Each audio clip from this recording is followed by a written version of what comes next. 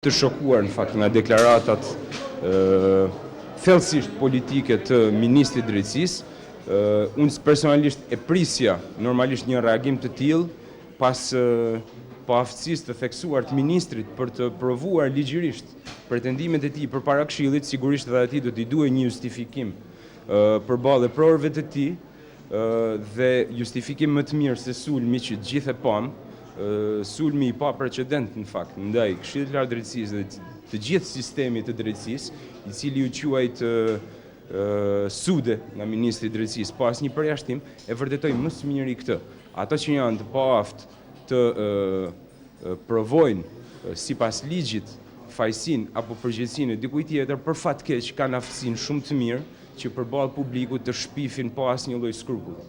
Jam së pari krenar që prej disa vitesh tashmë kam drejtuar administratën e Këshillit Lartë Drejtësisë dhe kam punuar në krahun e presidentit Nishani. Kemi bërë dhe do të bëjmë mjaft gjëra të mira.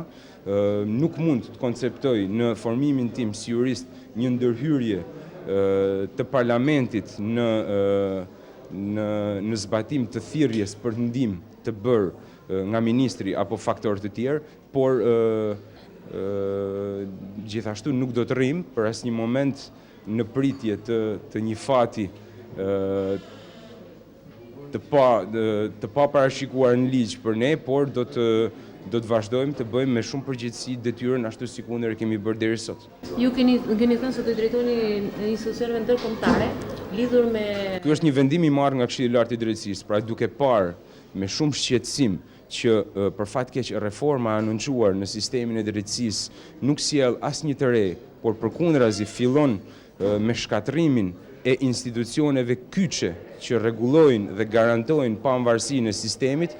Të shqetësuar, Këshilli i Lartë i Drejtësisë ka vendosur që pikërisht këto shqetësime t'ia bëjë me dije dhe faktorëve ndërkombëtar.